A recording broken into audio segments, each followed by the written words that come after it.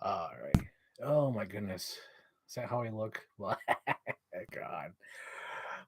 So hello everybody. Today I went to Target for the first time in like months. I took a break from Target just because I wanted to, save up money to get the essentials, desk, shelves, bed, things like that for the new apartment. So this is like the first time in months where I was like, you know what, I'm comfortable to go to Target and actually pick up some items. So before we get started, let me send out the link because I just hit go live and I didn't even think about advertising. So let me hit advertise. So before we get too far, let me do that. And to make some small talk before I go too far, I tried the new Sprite or Sierra Mist or whatever they want to call it. Hang on, let me get over here. There you go. Now I'm in focus. I think he was trying to focus on the background. Yeah, so I tried the new Sprite or Sierra Mist or whatever the hell I want to call it. It's straight up Sprite, but done by Pepsi. And when I say done by Pepsi, it doesn't leave you thirsty after a while. Because Sprite, it never quenches your thirst. It makes you like it tastes good and great and all, but it never quenches that thirst because it's got that Coca-Cola like flavor in it. Because like Coca-Cola is like salty and it just makes you go like I want to keep drinking. I want to keep drinking. Meanwhile, it's not that great. Target Hall live chat.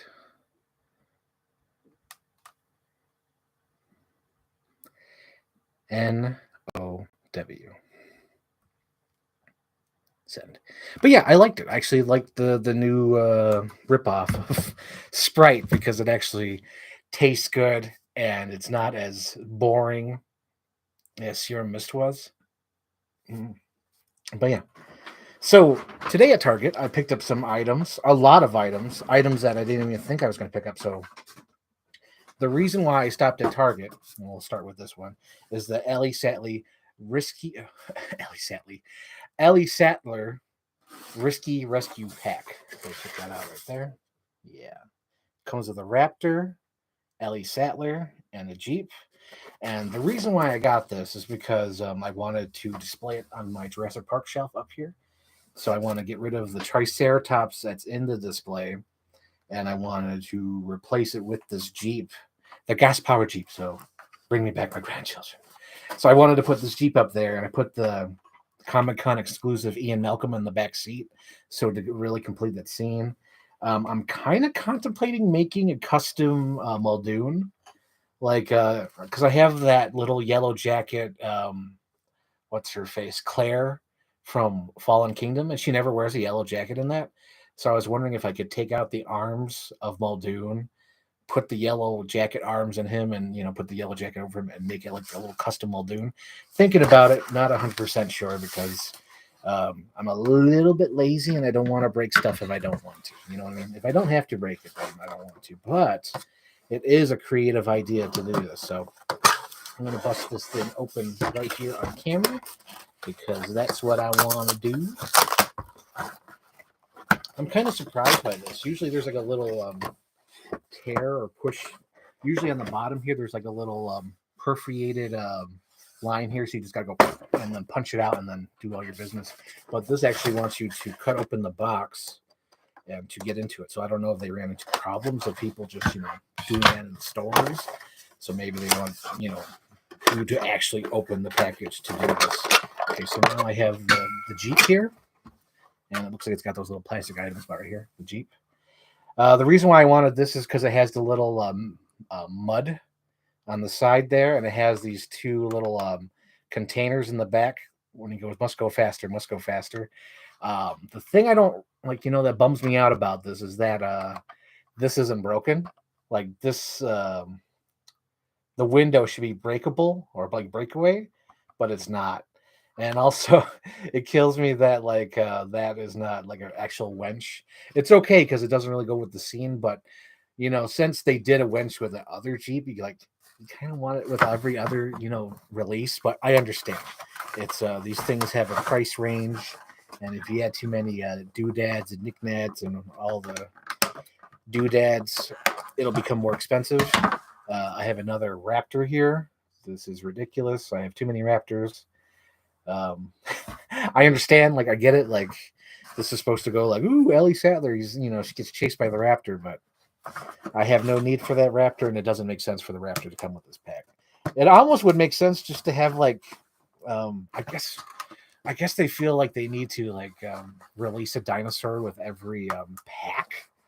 But as a collector, because most of these toys are being bought by nerds like me, it's like who cares about the dinosaur? Just throw in like a Muldoon with a yellow jacket. I'd be happy with that. Because I don't really. I know they are, but they're not like I don't know. Because I know Anthony, if he's watching this, he'll be like, "No, kids still buy the toys," and it's like, I don't know. I think this is more aimed at like adults. Like this is aimed for adults. Like adults and customizers care about that stupid mud and these little things. Like they actually built them, like customized them and all that. So I'm like, I'm not sure if the kids are really buying this. Oh yes, these come with little mirrors. Hang on, let me get my face out there.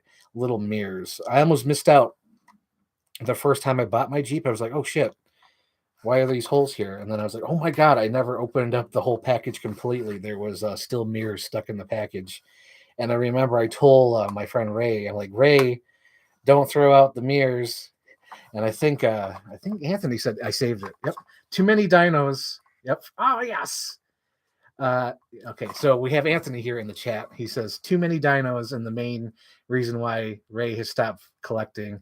And yes, in the eyes of Mattel kids, one dinosaur's not 40-year-old man figure. Exactly. Like I know, like they're trying to aim for kids.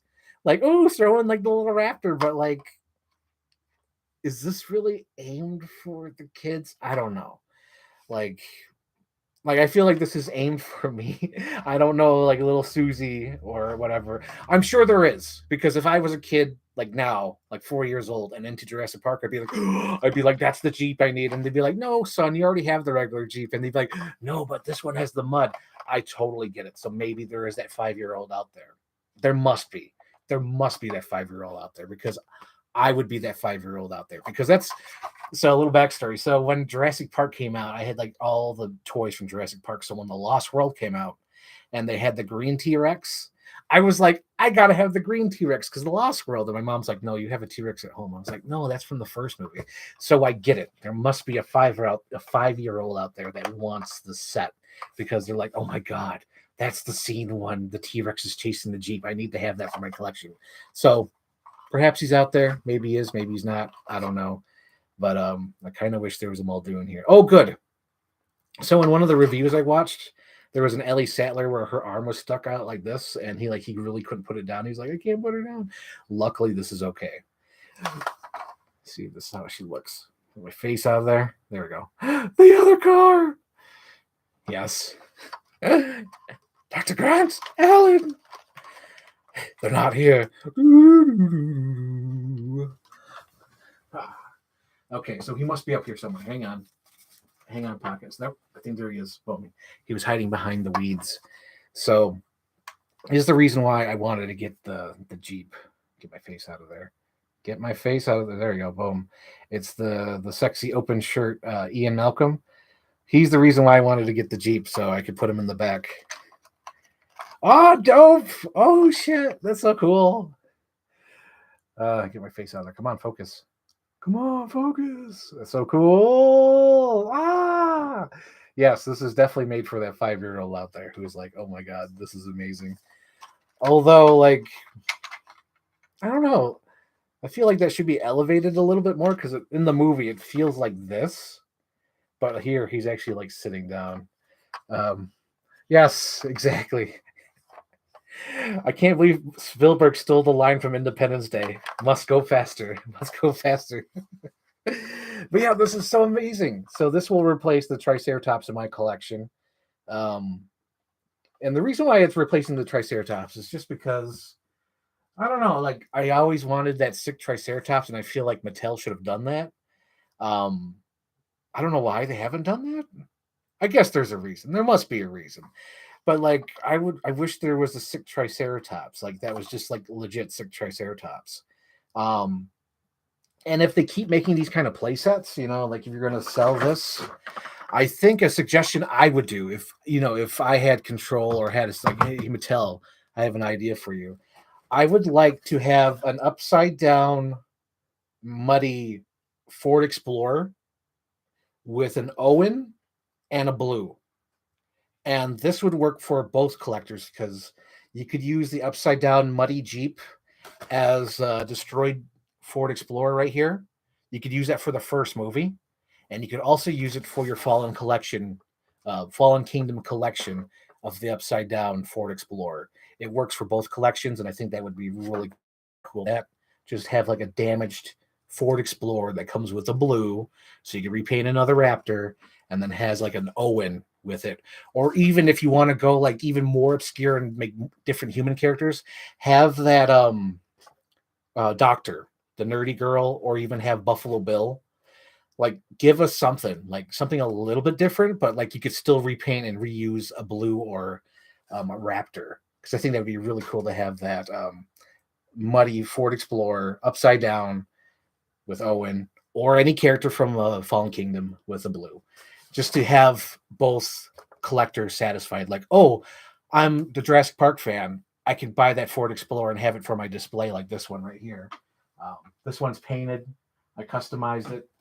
I think I bought 3 Ford Explorers, 2 regular, and I bought this one to damage it, and that took a lot of work. I had to unscrew it, break the little things that held it together, and take out the glass because you don't need the glass because in the movie there's like no glass left. It's just like metal and bent stuff like that. But yeah, I think that would be so cool if they had that kind of collection for this. I'm trying to think of any other like little mashups they should do. Like, I'm excited if they ever do like the Lost World. Like, they should have a little what do you call it? One of those oh god, falling in love again. Mercedes. If they had a Mercedes with an Eddie Carr, uh, I'm sorry. I should explain the falling in love. So in the beginning of the Lost World VHS tape, it had a commercial for Mercedes. So I had to play that song in my head to remember the brand of car. So Mercedes, if they have that Mercedes with an Eddie Carr and like maybe a baby Rex, that'd be pretty sweet. Because you have the dinosaur, you have the Eddie Carr, and then you have the little truck. I also think they should do something with the trailers. Like, they shouldn't sell them all together. Like, you should buy different sets to have the complete trailer. Like, the first trailer could be with like a Kelly, and then you come with the front of the truck, and shit, what would go with that? What would be the dinosaur? Maybe the Pompadour Elvis. That would go with it. No. The Pompadour Elvis already came with Roland, so maybe it would come with the Pachyderm. The Friar Tuck, that's what he called it. I think that would be cool for like the RV. And then oh shit, what is this? No, I'll use this one. Hang on, a little break. Give me a second. As you can see here, I added backgrounds to my thing because in the other video, this was just like solid black. You couldn't see anything. Now you can see that it's Catwoman and the Batmobile. But yeah, I think Mattel could try out different sets. I think they should sell the RV, but maybe sell it separately just to cut down on the price and to cut down on the, oh my God, super collection. Like, the front should come with like a Kelly and the Friar Tuck, and then the back, it could come with like a Nick Van Owen and the baby Rex. I don't know. Something like that. Just spitballing. But I think it would be cool just to have those 2 things. Like, the front of the RV is like a vehicle, and the back is like a playset that you could actually open and, play inside. Sort of like the original release, but have something like that so you could sell them separately and still make sense. Like, the first one, you could just use that as a vehicle. And then the second one, it's like a little medical playset. So even if you don't get the front of the vehicle, you could still use it as like a medical trailer or something. That would be really cool. So let's continue the haul video. So when I was in Target, I was originally only supposed to get the Risky Rescue. But then I started looking at the other, let's see, that's Mattel Creations item, too big for mass retail. Oh, God, Mattel Collections. Oh, Creations. Oh, dear. I don't know. I guess so. But I don't know. I've heard too many bad things about Mattel Creations. There's some good things and there's some bad things. I think mostly the bad things are with the wrestling side. Everything else seems to be fine. The He-Man seems to be going okay. The Jurassic Park seems to be going okay. Everything seems to be going okay except the wrestling. And I only hear about the wrestling. So that could be it. Okay. So I was only supposed to get the Risky Rescue. And I'm looking I'm looking in the toy aisle and I look at the Jurassic Park stuff. I'm like, oh, that's cool. They had a new Indoraptor. And I'm like, I already have the other Indoraptor, but this one's pretty cool because they had like a cool bluish, almost like glittery silver marker like tinge on it. And I was like, ooh, that looks cool. And they had like this new Mercedes truck that came with like a little dinosaur and a generic man. That looked cool, but I'm like, nope, only Risky Rescue. So then I went down the aisle to the wrestling toys and I saw the Shawn Michaels that I always want to get. So I had the Shawn Michaels in my hand and then I looked to my right and there was a little Natiri from Avatar. I have like no Avatar collection. There's no point for it, but I looked at the Navi and I was like, oh my God, I love this figure. It looks so great. It looked like Zoe Saldana. It was the Navi. And I was like, oh, this is great. And then I turned around and then I'm looking straight in the face of these goddamn figures. And I'm like, oh my God, if my hands right now is like $200, I can't do that. I honestly can't. I have to make hard decisions. So now that Anthony's here, thank God Anthony's here, so he kind of gets this. So I have this one little empty shelf. It's not enough for like one of my collections. It's not enough for like I don't know, anything. It's small. It really can't be too crowded. There can't really be like a backdrop like these nice characters, like these things right here. There really can't be that much. So I had an idea for a collection that showcases all the things that the fans don't like about the MCU.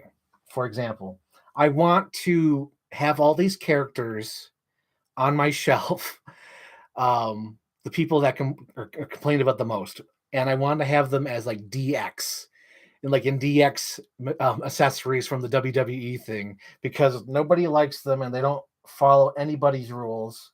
And I have right here, hang on, cover my face. I have here Captain Marvel. Come on, focus.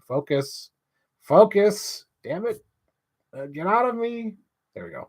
I have a Captain Marvel doing the DX suck it pose with the hat, and it's perfect. And she's like sort of the leader, but not really. Because I also have right here another idea. I have the lady Thor. Come on, don't focus on me. Focus on her. Come on. I have the lady Thor with the Triple H hammer, the sledgehammer, and it's so great. So today, I had to do it. I put down my little Navi because I'm like I have no room for it. If I do have a place for it, it's going to go in the DVD room because I have like a little section called the Ride the Movies where it's just oddball characters that I have no place in here. So I was like, I got to put down the Shawn Michaels because I have like plenty of Shawn Michaels. I don't need another Shawn Michaels. So that's $40 put down right there. So I picked up a She-Hulk. So get it here. Let me give it close up. Close up. Come on. Focus, baby. Focus. There we go. Maybe you could see it. Maybe not. Let's see. Let's move it a little bit this way. She has a little blemish on her face. Maybe I'll probably open it. But she has like a little blemish on her lip. And it looks like a Marilyn Monroe like mole. And I was like, oh, that's perfect. Because every one of these little She-Hulks was different on the shelf.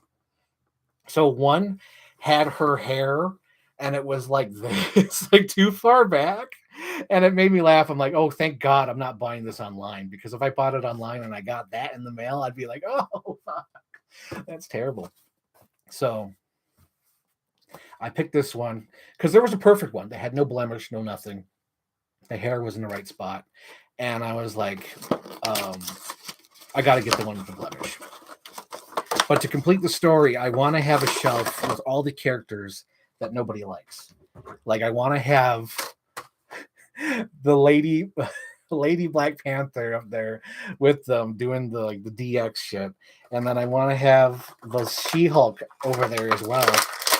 And I don't know if I probably can't just looking at this, although she does have some blemishes on her butt, but I kind of want to theme her as Mr. Ass because she has like the Billy Gunn outfit, like I'm just an ass man, and it's perfect. Like if I could like put like little hearts here, oh my god, I'm just an ass man.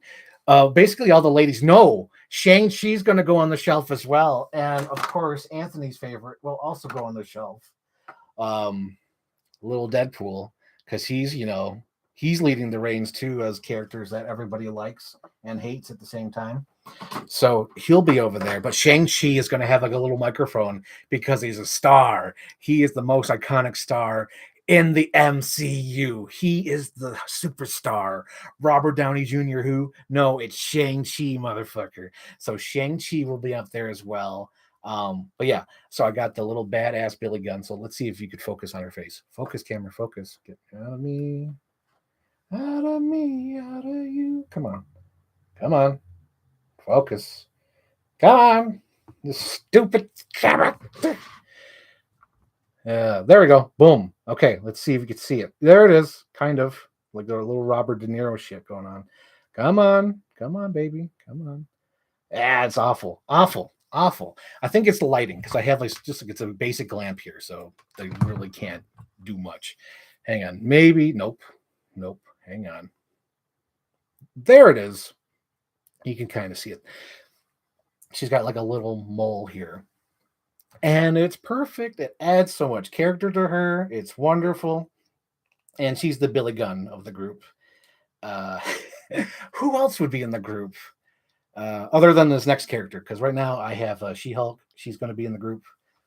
Who else would I put in there? I was thinking about it too.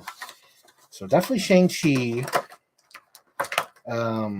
Trying to think. Who else gets complained about in the series? Let's see. What's the comments? I love this. So basically, all ladies, Shang-Chi is a star. That's so true. Yes, Shang-Chi is a star. I thought I put that on mute. Oh, well. I guess I didn't. Shang-Chi is a goddamn movie star. And if Tarantino and Scorsese, Eternals guy. Yep, I need an Eternals guy. Absolutely. I don't know which one, but I need one. Probably either the handsome Killer Man or who else? I was kind of thinking Barry, but Barry's like a non-character, so it has to be like the killer handsome guy or the Indian guy. Yes.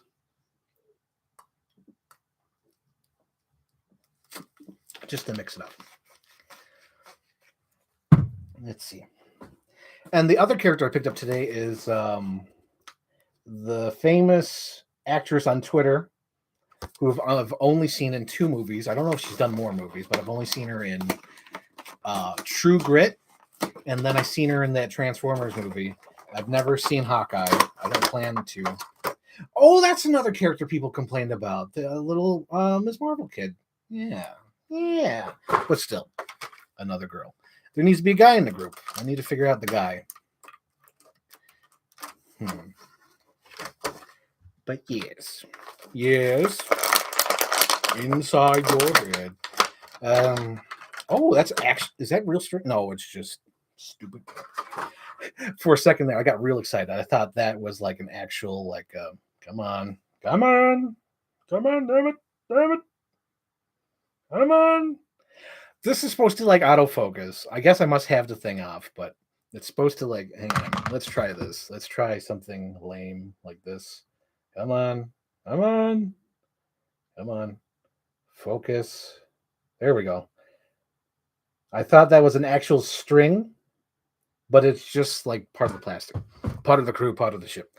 But yeah, she's going to be part of the group as well. I'm not sure who I'm going to theme her as, but I just have like a ton of extra DX stuff. And I'm going to look up some DX stuff. Let's go on the shelf.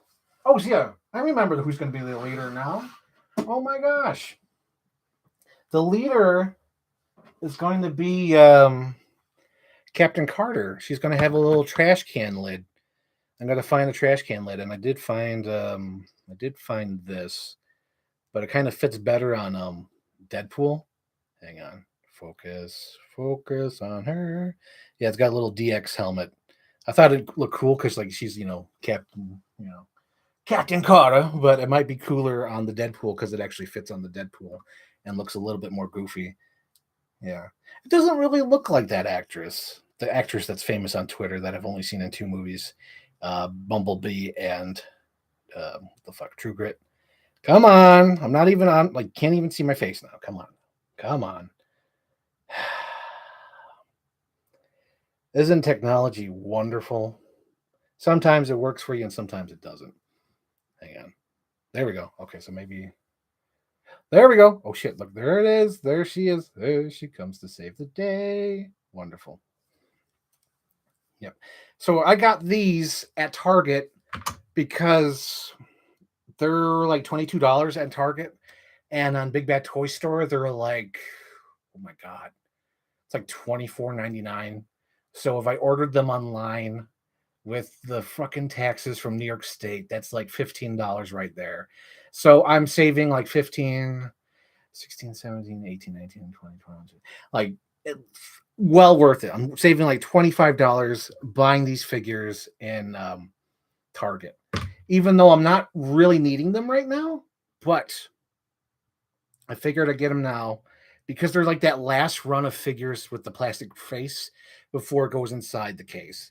Because with those figures with the no plastic case, like something like this, I have to go through Big Bad Toy Store because I trust that for no figure swaps. Like I can't go into a Target and pick up a box and fully trust that. I was looking at them too. I was like, you know what? I could probably get that character right now, but I absolutely don't trust what's in that box in the store because that could have been swapped 2 times over by now. So I don't trust that at all. But I trust it through Big Bad Toy Store. Through Big Bad Toy Store, I feel like there's more of a quality control. Like if you say it's been swapped, they'll mostly likely take out of the rotation because I feel like Big Bad Toy Store cares. And it just makes me afraid to order anything through like Amazon now because my poor friend Anthony, oh my God, my dear friend Anthony. And I'm sure when he returned it, they just put it back right into rotation. So somebody else will get that figure. But poor Anthony, they swapped the figure on Anthony. Anthony reviews. Oh my God. Don't they know who he is? Shit. She was in Spider-Verse. She's a Spider-Gwen. Shit. Oh, that's right. That is right. So I've seen 3 movies with the famous actress from Twitter. I've seen her from True Grit, Inside the Spider-Verse or Across the Spider-Verse, whatever the hell, the cool one. And then Bumblebee. Bumblebee! So I picked those 2 up just because, I'm like, I got to add those to my collection. And then the other ones right next to those figures, I was like, fuck. I'm walking out of here almost spending $200 already. And I only came in for the risky rescue. So I was like, shit. So I couldn't put these down because I don't even think they're on pre-order on like Big Bad Toy Store. Or they're still in pre-order. They're not available yet. And it's the Buffalo Bills G.I. Joe right here.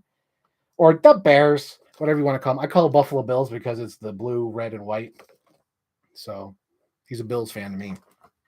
And then I also got this guy, Rip Van Winkle. I have no idea who these characters are. I don't care about their names. I don't give a damn. I just like the looks. So we have Buffalo Bills guy and Rip Van Winkle, and I really like these 2. They look really cool.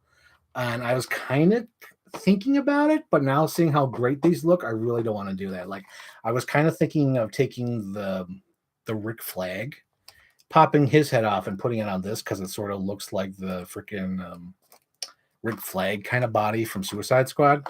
But it's like when Mattel did those, it's like a cartoonish version of those figures. It's not even like a cool, realistic looking. It's like a cartoon looking thing. So it's just like blah. They look great, but I'm waiting for their non-variant designs, but I love those designs. Yeah. I'm not even sure about the different ones. I haven't been paying that close attention. Oh, I dropped a Raptor. It's okay. It's fine. Yeah, I haven't really been paying too close attention now just because my G.I. Joe shelf is like at max capacity. for like visually. Like, sure, I could like jam pack that, just have them all standing like normal, but I like the little characteristics I gave them. So, a little backstory on that. So it was like Christmas Eve, and I was like, I have all my GI Joes now. Let me try to finally display them. So I put them all up there, and it just looked so crowded. And I was like, oh, I really want to display them all because they look so cool, but I couldn't. So I had to make some cuts. But it was okay though. I saw what I liked, and I was like, okay, let me give them some accessories. So I went through my accessory, what do you call it, tackle boxes, and I just gave them all little stuff to display them with. And I couldn't believe it, but it felt like the first time being creative with my action figures in a long time. When I gave them all little personalities with the accessories that I had in my tackle boxes, because I was giving the guy the little pub dog, like a little pug, and I was thinking like if it's a Michael Bay movie, like if it was like Michael Bay's GI Joe, that guy would walk around with the pug through the whole movie. Like he's going through the war zone with his little shotgun and the little pug's there. And I could just visualize the movie where Michael Bay has a close-up of the dog going. So I had the idea for the guy who's carrying the dog through the whole movie. So like the little pug. And then I had the idea of, okay, so there was the Target exclusive Beach Barbie GI Joe with the one with the ski mask with the red hat. So I thought the funny thing with him, because he's wearing a ski mask, is that he's trying to eat a slice of pizza. Because I would love that. It'd be so stupid, but like in a movie, we're like, oh, food. And he totally forgets he's wearing the ski mask and like he tries to eat the pizza with the ski mask. Again, this is dumb Michael Bay shit. I could clearly see that in the movie. So I gave him a slice of pizza, the Army GI Joe Barbie Beach house with the red hat. And then there's the girl, Jane. I gave her a whiskey bottle from The Thing, like a Jim Beam bottle and a little shot glass. And I pictured her as who could drink anyone under the table. And that would be like a bit in the movie where like, oh shit, he's going to drink her under the table. And then she completely drinks him under the table. And this like goes throughout the whole movie where she can outdrink anybody. I kept the Native American pretty simple. I did give him an American flag because I thought that'd be like a little nice twist. Like he loves his country, even though what this country has done to his people. So that's why he has the American flag. I posed Snake Eyes in that pose where like it's butt first. Like, you know how they do actresses and all the superhero posters? I did that with Snake Eyes. So Snake Eyes has his butt out with the sword out. So that's the pose he would be on the Michael Bay poster. And then I think that would be just hilarious. Like whenever like Snake Eyes poses, like it's gonna be seductive, sort of like a Nightwing. Or like whatever he does, it's gonna look too like inappropriate. PG-13 Michael Bay humor. I love it. And then there's the little Agent Shield spy girl with the short hair from the Marvel Legends. In my head canon, as I was giving them all accessories and what to display, I saw her as the love interest who teams up with I think his name is Duke. I think that's Duke. She teams up with Duke, and she's like the love interest. They don't get along with each other, and then like towards like the middle of the movie, they finally do kiss. But she is that character who's destined to die. So at the end of the movie, she would die, and he would be like, no, and like walk into the sunset. Meanwhile, everyone's happy, but he's sad because he lost the love of his life. So that's who she is. She's that little agent British spy. And then the only reason why I bought that Michael Scott, because I knew at some point I wanted to use that little accessory, World's Greatest Boss, and it finally came in. So I have Duke drinking the World's Greatest Boss mug while holding, I think he's just holding his gun. Yeah, he's just drinking with the gun. And then for the goofy side, I have Cobra Commander with a little milkshake. And I think that's like a Barbie milkshake, but it still works for his hand, so it's great. And it's perfect because the straw goes right up his helmet, so I can see a little Cobra Commander like with the straw going up his helmet. Hilarious Michael Bay stupid shit. And then for the Golden Sexy GI Joe guy, I forgot his name. It's like Destro, I think that's his name. So for him, he already had like the burning money, like that's enough. But to make him really go over the line as a bad guy, I have the Rocky. You know, when Rocky, NECA made this Rocky where Rocky's like, oh, and you're supposed to put the flag on him. So I have that flag accessory on this Destro with the burning money. So it's perfect. Like he's like extravagant, like he's wearing the American flag on him while he burns the money. I thought that was so cool.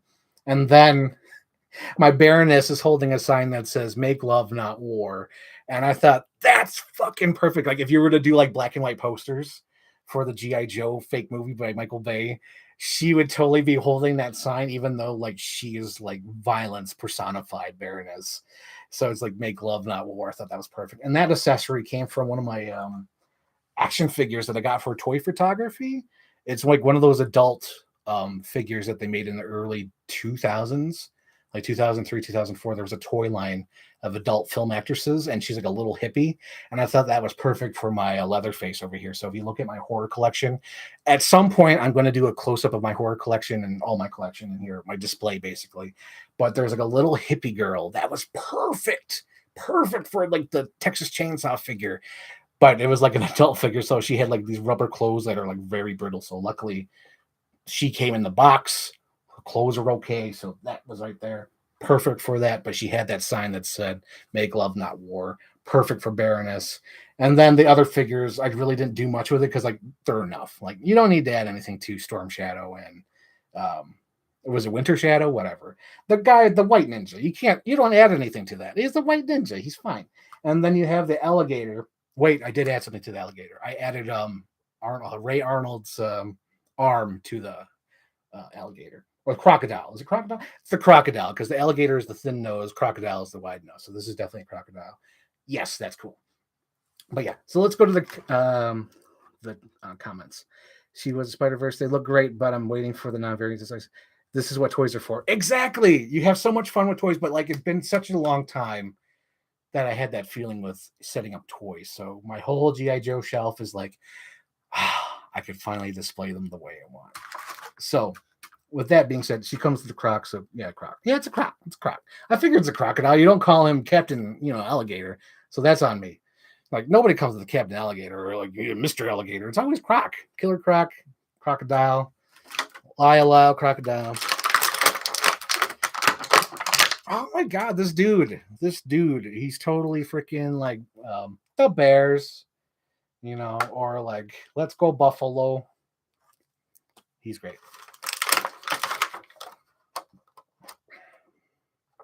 Oh, that's interesting.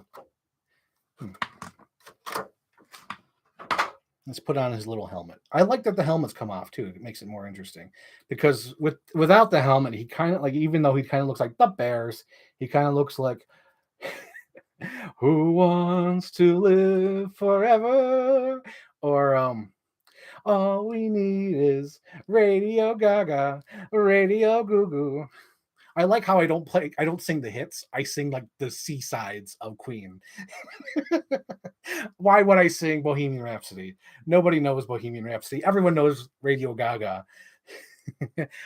Oh my god, look at that. So with the helmet, come on, focus. He looks like the Bears, but without it, History don't do. I don't know the words of that one. And I know it's Hammer to Fall, but I don't know the lyrics. I should have known the lyrics. So the next figure up I'm going to open is Rip Van Winkle. So here we go. So today I saw the movie Plane. It was all right.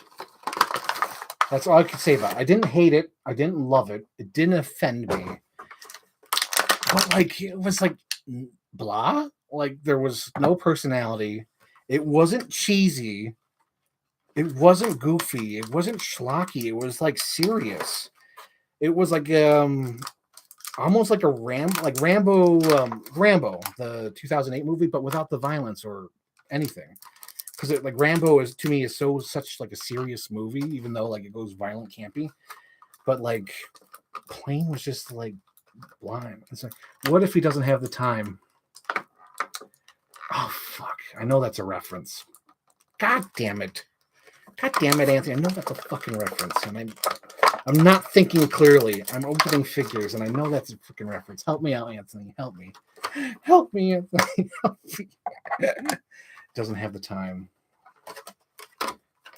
I'm sure it's the freaking Queen reference too. Damn it. I'm failing my audience without getting Anthony's reference. Oh my god. Yeah, but Plane was all right. Like watching Plane, it was just like, yeah. Oh, you know what I do love about these GI Joe figures, because I was just putting together. Sorry, I'm jumping all over the place. But when I put this together, you could literally put all their accessories on here and like not lose them. That's what I love about this like toy line. It is so cool. Like you could like literally put all their accessories on them and it'll all work out fine. Like you could put it on there and then years later, bust them out and be like, oh, great. All the accessories are here. That's wonderful. Look at that. They all fucking fit. That's beautiful. This is art. This is like art. Like they have the little gun holster where you could put the gun in there. They have the little flashlight holder. You can put the flashlight, the knife in there, and then the little book bag. You line up the holes, you put it in there, and voila, I dropped it. Oh, he dropped it. Where's that from? Year Without a Santa Claus. No, Rudolph Shiny New Year. Oh, he broke it. I think that's what the line is. But yeah, look at that. This is fucking art. This is beautiful. This is great because the weapon would go here. The little shovel goes here. This is great. I love this. Freaking Marvel characters don't even do this. This is wonderful. I love the G.I. Joe line. I love it. Okay. So that's all the figures. Oh, here we go. Isn't that your favorite Freddy Krueger from that movie made by Badman? Oh my God. You're talking about the movie Bohemian Rhapsody. What if I don't have time? That is my favorite line from that movie because it's so stupid. It's in the trailer, and I'm not even sure if it's in the movie. I think it's only in the trailer where he says, what if I don't have to? I think it's only in the trailer. That's why it didn't click with me, because it's like, what if I don't have time? That honestly is like one of my favorite lines because it's true. What if I don't have time? So when I'm at Target, I picked up 2 blank invite cards for next Christmas or maybe possibly Valentine's Day. At Target, they sell these. This is what I use to make my Christmas cards. I love them. They're, I guess, expensive. Like if you're thinking about it, like these are like $12 each, but they're good quality cards. I think everyone who I send them to can attest to that they're good quality, like card stock with great envelopes, because these come with the envelopes. I don't have to worry about it. And the envelopes are not too big where I have to add extra postage. These can ship with regular postage, and it's good card stock. And if you use the right markers, they won't bleed. So I love these. Pick these up at Target today. Let's see. Accessory storage is my favorite feature in the Joe Figs. Right? Look at that. Beautiful. Beautiful. Look at it, Goofy. Look at it. Or I should say, look at it, Mickey. Look at it. Beautiful. I would believe. I tell you what I believe. I believe that Goofy would collect G.I. Joe figures. I 100% believe that. Although, what is that? I guess. Okay, so it is. So the little gun here. Not going to focus. Oh, there you go. So I was wondering, like, if I use the whole, like, see there? Boom, it's a square. So I was like, do I really put the square in? But it's a square, so that'll work. Oh, look at that. Beautiful. I should probably put it the other way. Would it work? Yes, much better the other way. So on here, the gun goes on his book bag. Stop focusing on me, camera. There you go. Boom. Look at that. Look at that. Look at that. Yes, I believe Goofy would collect G.I. Joe figures, and Mickey would not understand why Goofy collects figures. You're like, that's a waste of money, Goofy. Look what you did, you dumb mutt. If you get that reference, leave a comment, because that is legit a quote Mickey Mouse said. Now look what you did, you dumb mutt.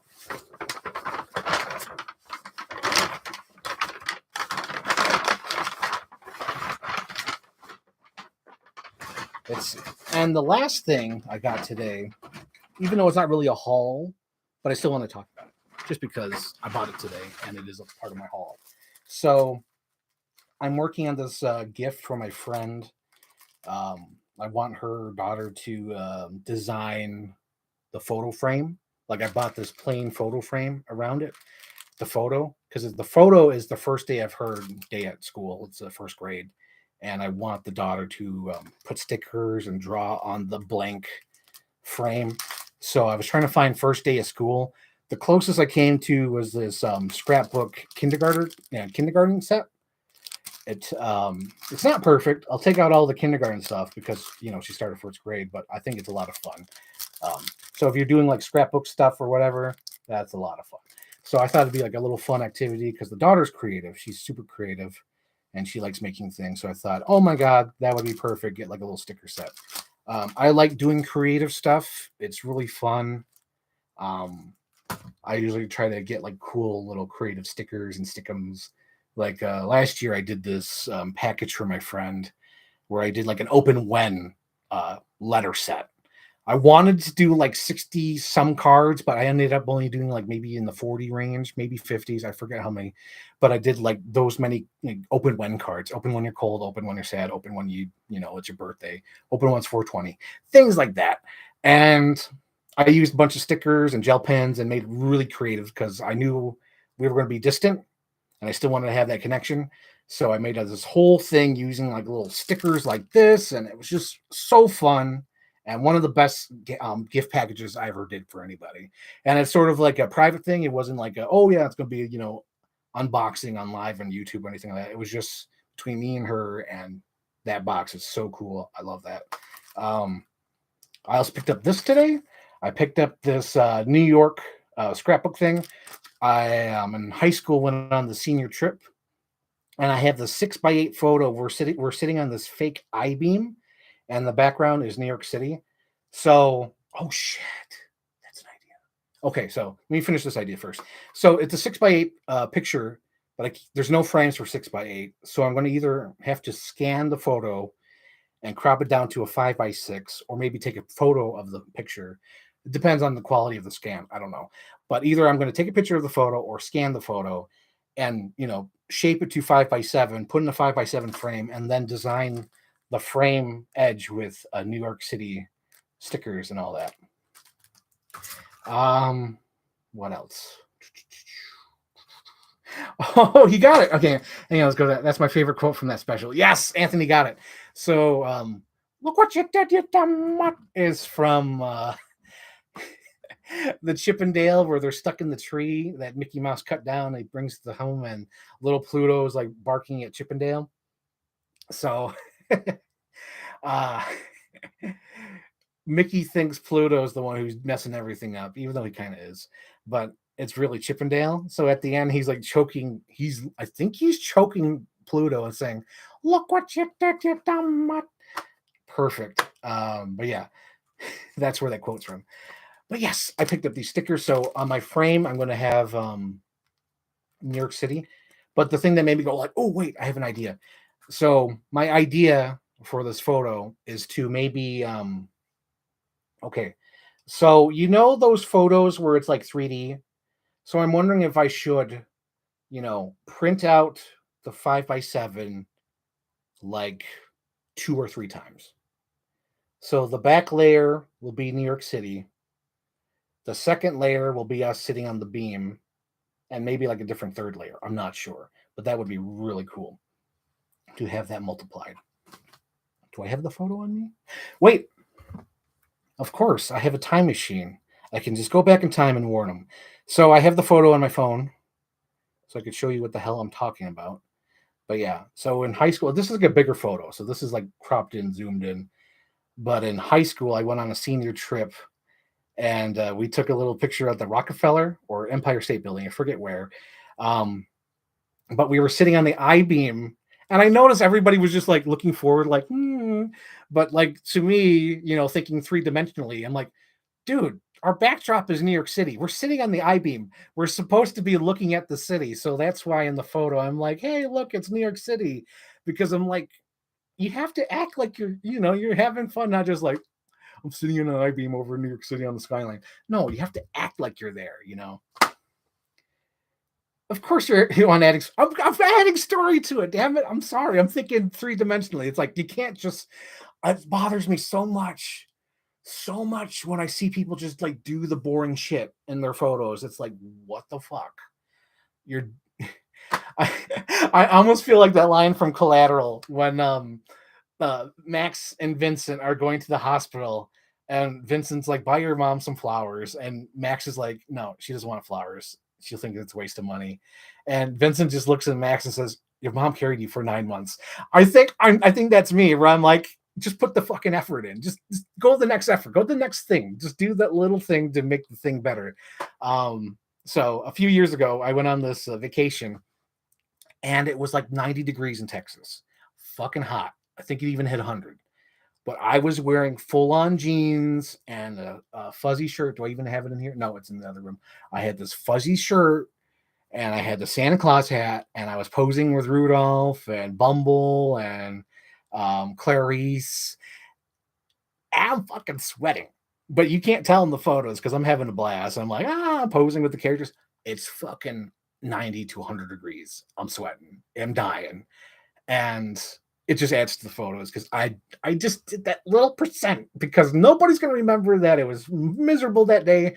You're going to look at the photos and say, wasn't that fun? I took a picture with Clarice, Bumble, and all that. I don't know. Maybe that's just me, but that's what I did.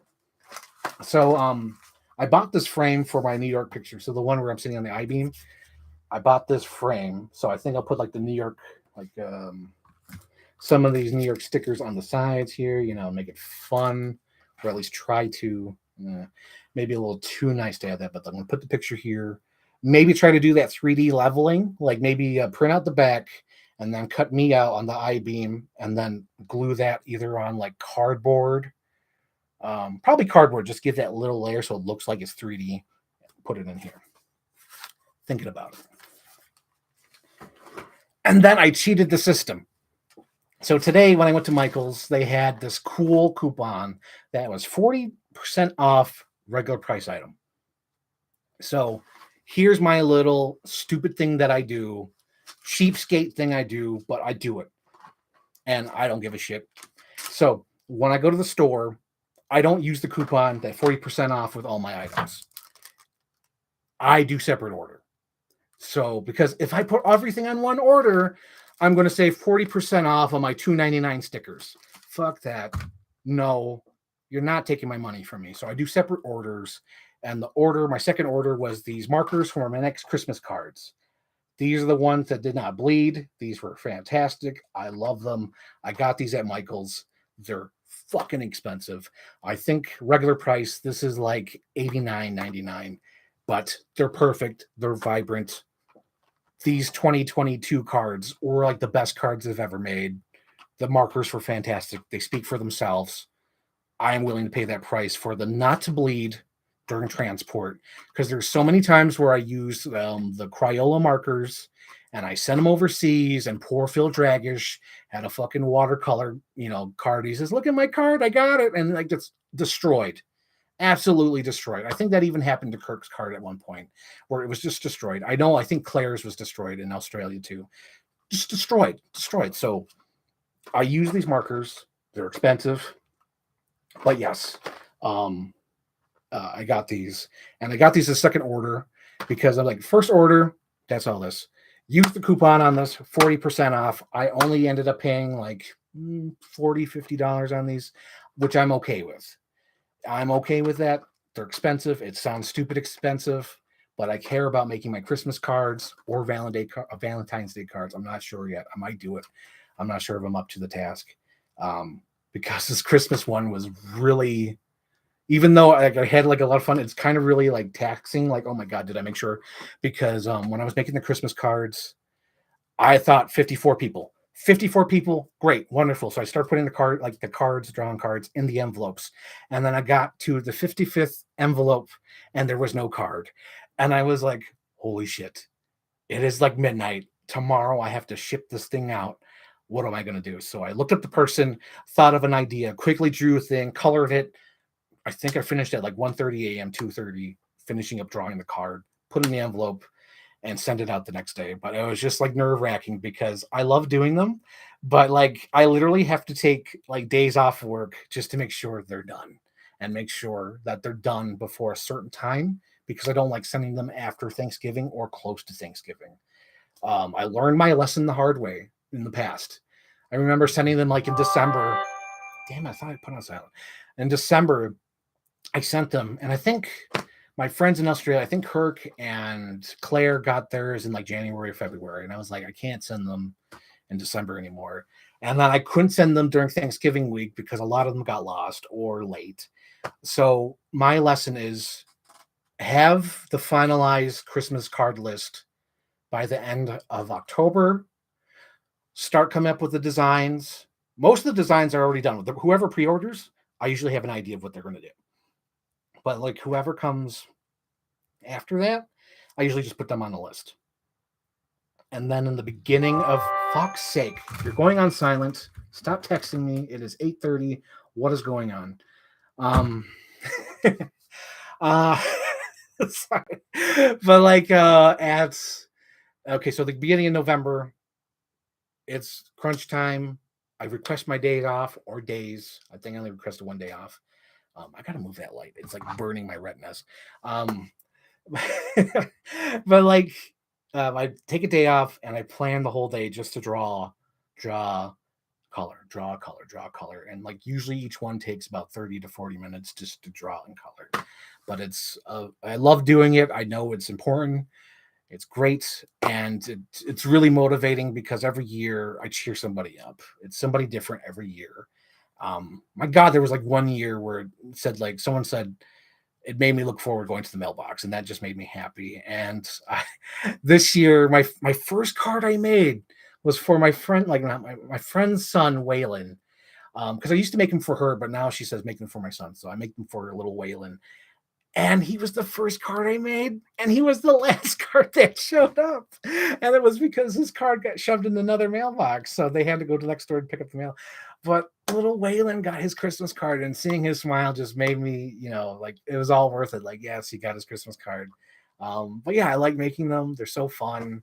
They're totally worth it. And I just know how important they are. They really are important people, and it makes me happy.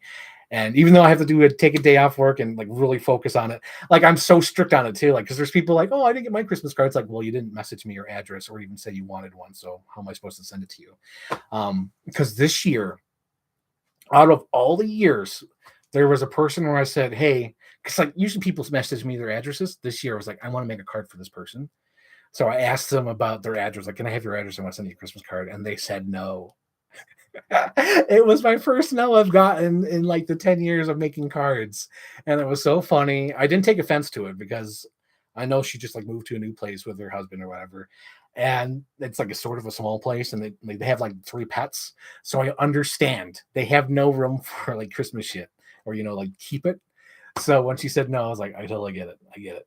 But it was it was just so funny to me. Like, oh my God, I got my first no. It was wild. Hang on. So, what does the chat say? What is that? A stupid ad? Get that out of here. What is that? Okay, here we go. Happy day after your birthday, Frank. Oh, thank you, Shane. Thank you. Your cards are always appreciated. We love them. Anthony, your cards are so fucking awesome. Like this year, I did the Green Lantern and Harley Quinn for you, and then for Ray. It was so funny because I was working on the cards, and I was like, I could either go Christmas theme or whatever Ray likes. So I was like, Ray, do you like the Wet Bandits or Catwoman? And she said, what's a Wet Bandit? And I was like, oh, fuck me. Come on. So I was like, all right, I'll go with the Catwoman. So I looked up a design, mimicked off that, and I sent it on its way. But yeah, so I was like, fuck, she don't know what the Wet Bandits are. Oh my God. But yeah, that's what happened. That's what happened with Christmas cards this year. And then there was definitely like 3 or 4 people that said, like, hey, where's my Christmas card? But it's like, I send out these messages all throughout the year. I think I did like more than usual. I said like last call, if you want a Christmas card, let me know. And they didn't message me. But there was like one who said, I thought I was on the list. It's like, no, like the list is rotating.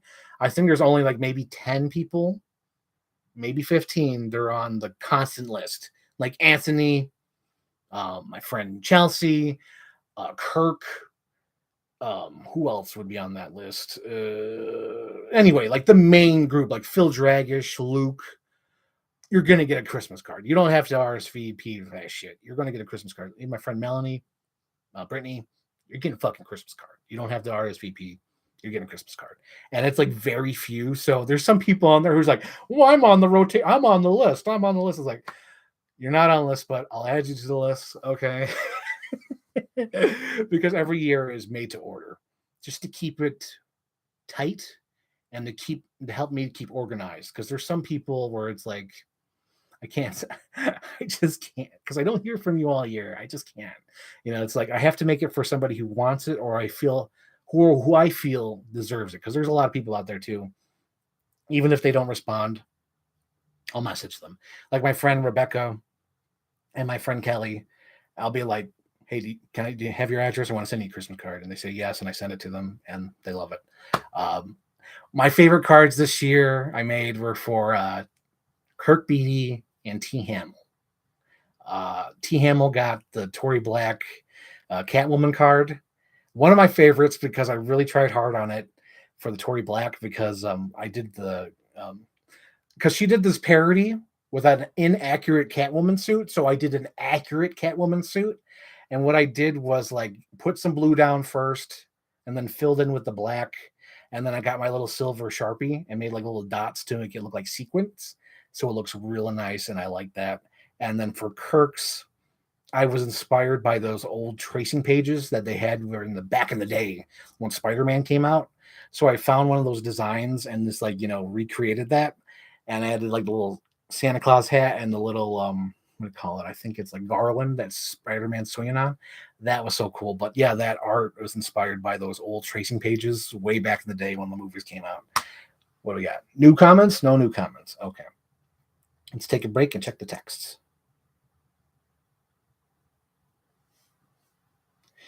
Not important.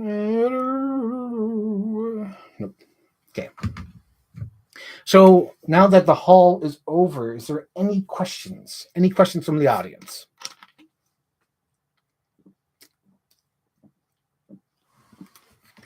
I'll give them some time. If there's any questions. Because I know there's like some cool things out there, like the menu. People like the menu. I like the menu.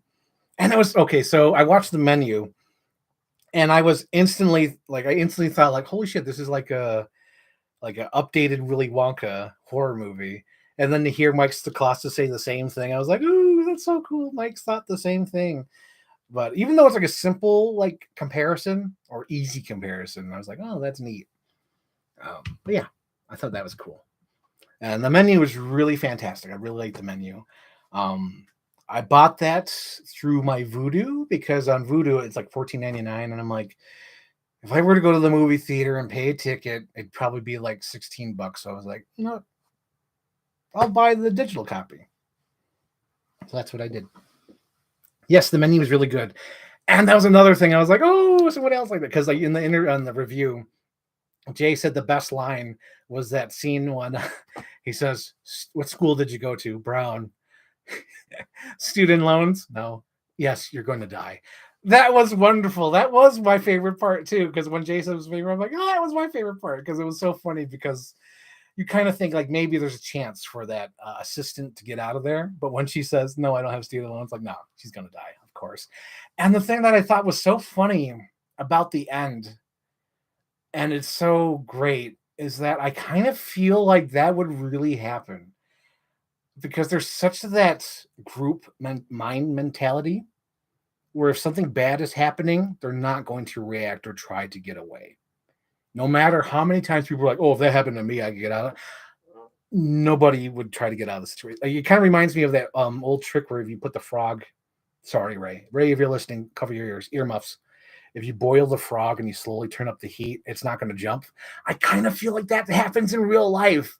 Like there was a situation where I was at the Erie County Fair this year and someone had a heart attack. Or not a heart attack, or just like someone fell over and it was like an emergency. I don't know if it's a heart attack or they just fell like ill because like the EMTs finally came in. They were fine. But like when that happened, nobody fucking moved. Everybody just looked and saw that happened. And it didn't like register to say, hey, EMS, get over here. Like it was like me and my mom who did that. We're like, hey, get over here. EMS because everyone just sat there and just stared at somebody who just plopped over. And I just think like when I saw the menu and at the end of the movie when she's walking out with her little cheeseburger and her little gift bag, and everyone's just like watching her leave, and I was just like, God, that's too fucking real. I think like people would not react; they would just go with it. They would just fucking die. They wouldn't fight for their life. I'm glad John Leguizamo. John Leguizamo never left. John Leguizamo never left. He's always been around. He hasn't been in big things, but he's always been around. He was in the original John Wick with your guy's best friend, Willem Dafoe. Everyone loves Willem Dafoe. So John Leguizamo was in John Wick, and he was in Violent Night. So John Leguizamo he's always been here. He's like the Brendan Fraser. Brendan Fraser never went away. He just he's just floating around to different projects. Oh my God! Speaking of Brendan Fraser, how funny is that? So I was watching that clip where that little I forget the actor's name. Sorry, I forgot his name. But like Short Round, he was like, we're still here. We're still here, Brendan Fraser. We were just talking about Encino Man. And Brendan Fraser's like, yep, we were both in Encino Man. And everyone at the table goes like, wow, Encino Man. Wow. And he's like, yeah, we're still here. Yeah, we're still acting. And they're in like the two biggest movies of the year. And then at the table, there's Adam Sandler. And a couple weeks ago, I think it was Variety, had an interview with Adam Sandler and Brendan Fraser. And Adam Sandler was like, hey, buddy, I stole you from Pauly Shore to put you in my movie Airheads. And that just got me thinking when Short Round and them said, hey, we're still here from Encino Man. It just got me thinking of Pauly Shore. What is Pauly Shore thinking? Because damn well Pauly Shore is watching all these fucking videos because since nothing's going on with his life, damn well he's jealous and he's looking at what happened to Brendan Fraser because him and Brendan Fraser started out at the same time, and that little Asian kid was in his Encino Man movie, and he's just fuming. He's fuming at the success of Brendan Fraser and Short Round. He is.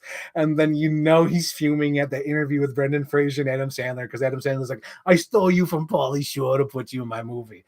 And it's just so funny. I'm wondering what Pauly Shore is thinking. Or is he like, hey, man, like, give me a script to a movie so it could be like an Oscar winner. Like I could totally see him doing that. Like he's phoning up his managers like, hey, can you put me in something like The Menu or something so I have like a movie role?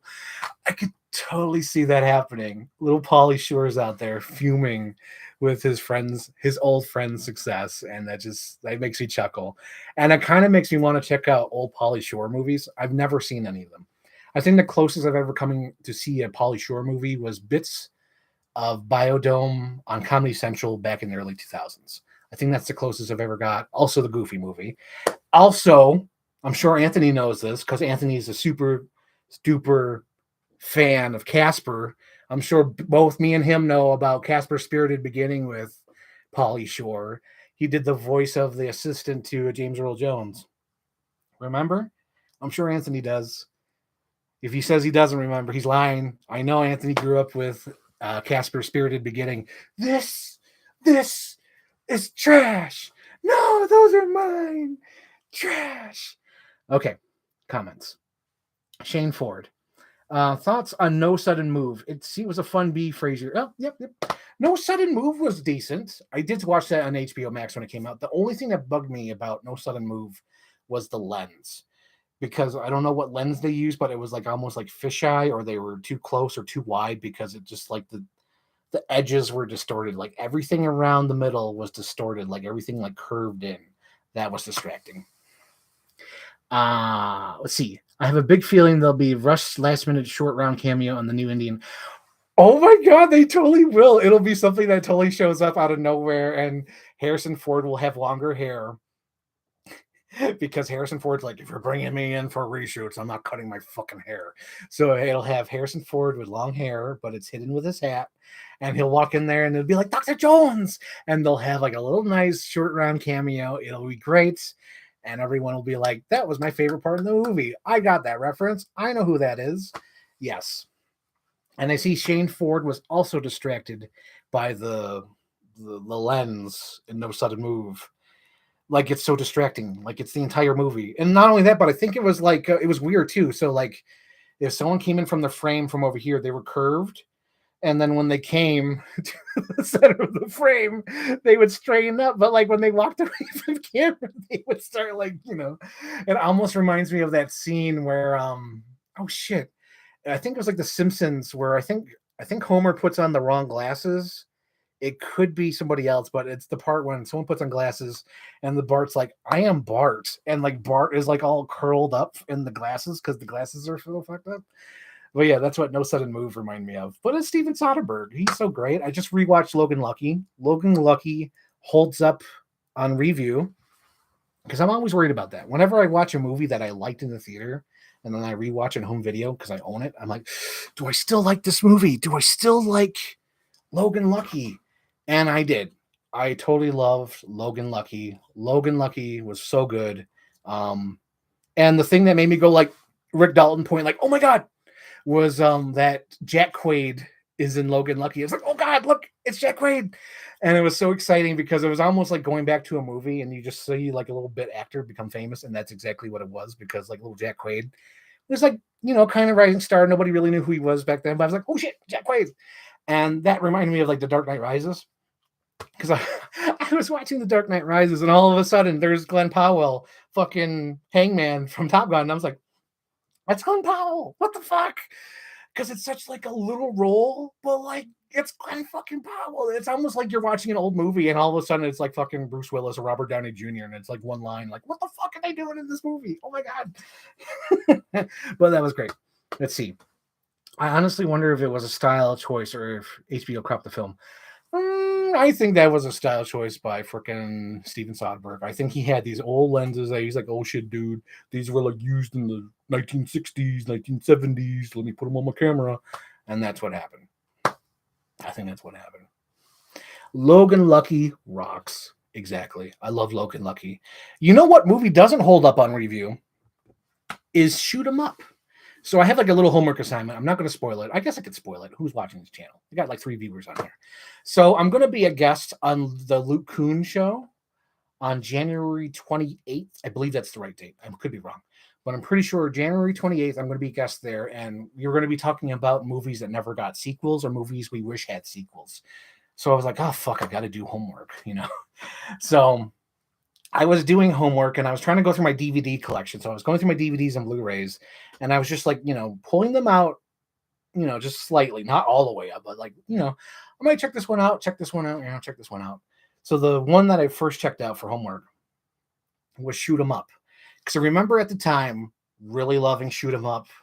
I thought it was zany. I thought it was crazy. I thought it was wild. And I expected to see sequels that never came because it flopped.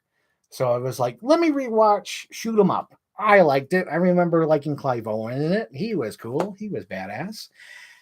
And then I watched it and it was terrible. Like it made me so sad because I remember like in my thoughts, my memory bank. I remember loving Shoot 'Em Up. It was so great. It was so neat. It was like John Woo style, whatever, but shoot 'em up, gang violence, hilarious. And I watched it and it was just kind of cringe because the editing was like really bad. I was like, oh shit, there's like 5 different edits. Like it's like him jumping over something and it's like 6 different edits. And I was like, oh no, it's one of those movies. And then like the humor, I wasn't laughing anymore. It was not funny. And I was like, oh no. And then there's like some gross moments that go like way too gross. And I'm like, oh, there's no coming back from that. And then like the plot line wasn't that great. Like even right now, I barely remember what happened. I think there's something to do with the babies and blood or something like that. It was just, like they had babies to steal like the blood, like the bone marrow for them, so the senator could live. Some crap like that. I don't know. But like the only scene that really holds up, but like, oh my God, that is great. No matter how bad or shitty this movie is, that is great. Is when Clive Owen jumps out of the plane and Paul Giamatti's like, God damn it. And it's like, it's criminal. I have to be alone. And it's so hilarious because it's like bad blue screen, but it's like Clive Owen jumping through the air and shooting. And it's like clearly he's like in a chair like this on a green screen, going like, and it's so great. And there's like a parachute and everything. That is like the best sequence. And it's like, that's the part where it's like elevated. That's like, that's where the movie should be and stay, but it doesn't. and like the action sequences weren't really that creative, and the editing was so bad. Like if you took out like one edit and like maybe left the three edits or maybe just two edits, it would have been perfect. But like they add like different edits to make it look cooler, and it doesn't, and it just doesn't work, and it's not great. It's just cringe, and I was just like, I don't want to see a sequel to this. I thought I wanted to, but I don't. Um, but yeah, I didn't really like Shoot 'Em Up. It didn't hold up for me. That was a no for me. So that will be a movie I'm not talking about in the Luke Cohen show. But I did pick three different movies since nobody's really watching this. No spoilers. The three movies I'm going to be talking about are Leon, the Professional. Should have got a sequel. Second movie I'm going to talk about, easy choice because everyone could talk about it for hours, is Beetlejuice. I have a whole idea of how they would approach Beetlejuice as a sequel. Not going to talk about that now. And then, if we have time, because me and Luke can get talking and go on for 3 hours, if we have time, I want to do an ironed out version of my Texas Chainsaw pitch for a Legacy sequel. I kind of want to iron out the details, actually have some sort of plot. But yeah, those are the three movies I'm going to be talking about for sequels or movies that should have had sequels. It was kind of weird because like that's the whole reason why I watched Logan Lucky as well, because I was thinking like, okay, what are movies that I would want sequels to? So I was like, would Logan Lucky get a good sequel? So I watched Logan Lucky and I was like, no, I like where it ends. I don't want a sequel to Logan Lucky. Because I was thinking like, oh, maybe I could talk about Logan Lucky and like what they could do for a sequel or whatever. But I watched the movie and I was like, no, I like these characters. They would never do this again. They would never rob another thing. Like, sure, maybe Hillary Swank could blackmail them into, robbing something else, but I honestly don't see that. I don't see that happening. I just see like later down the line, Hillary Swank arrests them and they probably go to jail. That's the possibility. But like, I kind of like them just being happy. They're all being happy with the money that they stole. There doesn't need to be a sequel to Logan Lucky. So it really got me thinking like, what movies deserve sequels? Like, in actuality, because he was even thinking about last Long Kiss Goodnight. I was like, would Long Kiss Goodnight have a good sequel? But I was thinking like, no, I kind of like the ending of Long Kiss Goodnight. Geena Davis like closes the book on her being a spy. She's now a recluse in hiding with her family under like, or maybe just on vacation. I don't know if she's in hiding or on vacation, but I like her that helicopter shot when she's just sitting in the weeds with her daughter and her husband, and they're like making food or s'mores or whatever. I kind of want that. Like, close the book. I want Charlie to be happy with her kid. I don't want a sequel. So it really got me thinking, this Luke Coon show really got me thinking, like, what movies need sequels? What would I like to see? Because I was even thinking, like, oh, maybe Smoking Aces, like maybe Smoking Aces, you would get a good sequel, even though they did get Smoking Aces too. But I was like, no, the book closes at the end. Everything gets wrapped up. I even started thinking about another movie. It was Crank. I was kind of thinking of talking about Crank 3D, but I was like, I don't know. I don't really want to talk about a Crank 3D because that would be too wild. But like I was just thinking like what constitutes a good sequel or what I would want to see. So I was just trying to stay away from those. But the ones I'm definitely going to talk about are Leon. I want to talk about it, but I'm not going to do it. I'm going to save it for Luke Coon show, but I want to talk about what I would do for a Leon movie. I would kind of like, I guess I'll spoil this. I would rip pieces from Columbiana. I would rip pieces from Revenge by Tony Scott with a little salt and pepper from Mr. and Mrs. Smith. That's all I'm going to say. That's all I can say about that. I can't talk about it anymore. I feel like that's even too much. Revenge, Columbiana, and sprinkles of Mr. and Mrs. Smith. Leon sequel. Damn it. Let's see. Love Clive Owen. Wish he was in more stuff. The International is great. I wonder if I would like The International, because when I saw it in the theater, I thought it sucked ass. Because I was like, I love Clive Owen. I just saw him in all these movies. I love Sin City. I love Shoot 'Em Up. Let me go see International. And like, it was one of those endings where the hero doesn't win. I think he loses, if I recall correctly. And I remember like there's like a big chase scene that round bowl that was in Men in Black. So I was like, oh, that was okay. But I wonder if I would love it now. Possibly I would love it now because I was just a kid back then. Honestly, just a kid. Different mindset. Totally different mindset. I don't know. He said, LOL, fair. Honestly, I haven't seen International since then. I don't know. Don't take that opinion. That is opinion that I remember from 7 years ago where I was like, I like Sin City. You know what really? Okay, talking about Sin City. I was so pissed off when they didn't bring Clive Owen back in the Sin City sequel. Like, how fucking hard is it? That guy is not working. And if he is working, he's only working on TV shows. Can't you bring him in for 2 or 3 days on your green screen set and film that little part that you had to do for Sin City: A Dame to Kill For? That's all you had to do. Instead, you slap a stupid, silly wig on Josh Brolin. It looks comical. It looks stupid. Why didn't you just bring Clive Owen back? Why? Why do it if you can't do it? Why do it if you can't do it? What do you know about Walter White? By Charlie Rose. Sorry, I'm sure no one got that. What would you do about Walter White? Let's see. The shootout in the museum was really great. More espionage film than action movie. Correct. That's why I'm like different mindset, because I think at the time they were advertising it as an action movie because like, oh, it's Clive Owen. He's back. Let's see. Yeah, should have come back. He's like the best part of Sin. Yes, he is the best part of Sin City. And you know who else was in Sin City? Little Brittany Murphy. Brittany Murphy's adorable. Oh my God. I fell in love with her recently, and I'm so sad she's gone. I think it's been 12 years she's been gone now, which just blows my mind. Maybe 15 years. It's something crazy like that. And I watched this clip that popped up in my YouTube suggestions. It was her on MTV at a Blockbuster. And the thing that was great about this video was they actually went back to the original footage and edited as a modern piece. It wasn't edited as like from 2005, so it's like really quick edits and you crop down all this crap. No, it was edited out from the original footage, and they showed her living her life and all the movies she would pick on a date night. And I fell in love with her because she like picked movies that I was like, oh my God, I want to date this woman. I fell in love with her. She picked like Beverly Hills Cop, Shrek, Pretty Woman, all that jazz, Cabaret, and some like other movies as well. I think she picked like 3 other movies, but I was like, oh my God, this girl is perfect. And she really loved these movies, and she didn't give a fuck about what anyone said. Like, she was like, oh my God, I love this movie. I love this movie.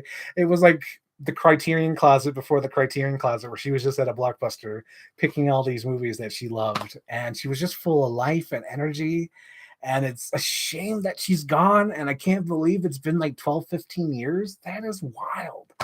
Oh man, but she was in Sin City, and I love her because she was like, Dwight, you fool, you damn fool. So let's go through this. Oh my God, no comments. Only Sin City 2 was a mess. All right. Oh yeah. Judge Dredd, the 3D one crawler. I don't want to give spoilers away to Luke's picks, but I think he picked Dredd. That's why I didn't pick Dredd for a sequel. Don't tell anybody. Don't tell Luke either. That's why I didn't pick Dredd, Ray. You know damn well I picked Dredd. I fucking love Dredd. I was one of the 3 people who saw it in the theater. Okay, enough whispering, but yes. Oh my God. So when Dredd came out in the theater, I went to see it because I was like, I got to see the movie that looks so fucking amazing. It's in 3D. It's got fucking Judge Dredd with his helmet. Double whammy. And went to go see it. Loved it. And I was like, oh my God, Mom, you got to go see this movie. We got to see it next weekend. It was gone. It was only in the theater for a week, and it bombed so hard that they took it out of theaters, and I wasn't able to support it during the second week. It was gone. Completely taken out of the theater, but that's why I didn't pick Dredd 2, Ray. I did not pick Dredd 2. I picked Leon Beetlejuice and Texas Chainsaw Massacre. Those are awful. I'm so sorry. Here I'm going on this whole bullshit like, oh my God, if there's a movie that deserves a sequel, but yet I picked fucking Beetlejuice and Texas Chainsaw Massacre, and not even Texas Chainsaw Massacre in 2003. So full of bullshit. Oh my God. But I make it sound good, don't I? Oh my God. It's so funny. Okay, let's see. Very glad I saw Dredd when it came out. I had no idea how lucky it was. Right? I'm lucky. I'm definitely lucky. I was one of the freaking 5 people who supported it. It's ridiculous. But it's a good movie. I love Dread. Definitely deserves a sequel. I'm not sure if it's going to get a sequel or a TV show. They've been saying that shit for years. I don't know what to believe anymore.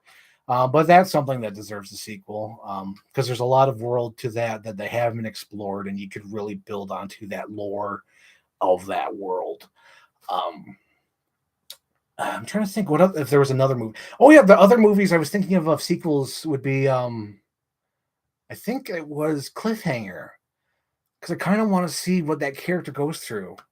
I want to see what that Sylvester Stallone character does in a Cliffhanger sequel, like a different situation. You know, I thought that would be cool. And then the other one I was thinking, another Sylvester Stallone movie would be Demolition Man. But you really can't repeat Demolition Man because, like, at the end of the movie, I think all the prisoners are let loose or something like that along those lines. So you really can't repeat that magic again. You can't repeat Simon Phoenix. I don't even know how you would top Simon Phoenix. Dude, Simon Phoenix is like one of the best characters. That's why I have like the toy line down here. I love that movie. Let's see. Dude, Anthony writes, I don't believe anything anymore until I'm in the theater or watching it on streaming. I don't believe the Penguin show exists until it's pulled from HBO Max. I do not believe it until that happens. Streaming show maybe, but I seriously doubt it. I know it won't get a sequel, but hopeful thinking. Hopeful thinking. Oh, remember Shane? I was kind of thinking about that too. I wanted to talk about my Halloween sequel. I was just looking at the screen and I saw my T-shirt because I went on. For those who are listening and weren't there, I did this stream. I think it was near Christmas. I think I was doing like a test with my camera, and I was talking about if Halloween never existed, like the sequels. If Halloween 2 never existed, Halloween 3 never existed, only the first Halloween existed, where would you go from? Where would you go from this night? And I was talking about like you would go through the holidays. You'd call like, the next movie would be Christmas and the next one would be New Year's. But yeah, it'd be so cool, just like the holiday trilogy, Halloween, Christmas, New Year's. I thought that would be so dope for a Halloween series. But like Halloween has gone through like the rigmarole, so I don't even know if that would happen. Like if I did it, I think I would have to do it like I was like what's his name? Like Luke Breslin always does, where he takes an idea and steals it. Like that movie with Pierce Brosnan, what's his name? Guy Pearce when he's in space. That's basically like a Snake Plissken movie, and they got sued over it.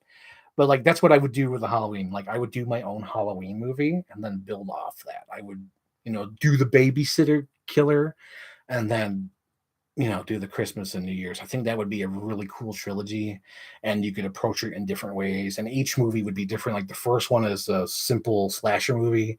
The second movie is sort of like a Die Hard situation slasher in a high rise. And then the third one is, back to basics. I would probably need a partner in screenwriting to do a third movie to really make it worth it. Because I feel like with the sequel, it's obvious it's Die Hard slasher, but the third one in the hospital, that one's a little bit difficult, and you probably need to add more than just the hospital. You'd have to go into the streets. You'd have to do something else. I would need somebody to help me come up with ideas for a third movie for the holiday trilogy. But yeah, I thought that'd be really cool. Shane Ford saying yes. I'm sure he's talking about the holiday trilogy. Yes. Let's see what we got. Streams. What would be some films you wish hadn't gotten sequels? I kind of wish Halloween never got sequels. I kind of wish that. I kind of wish Texas Chainsaw never got sequels. I kind of wish Ghostbusters never got sequels. I wish there was only the first Ghostbusters. I wish we were sitting here right now saying I wish we had a Ghostbusters 2. What's another one? Let me look at my room and see if there's sequels.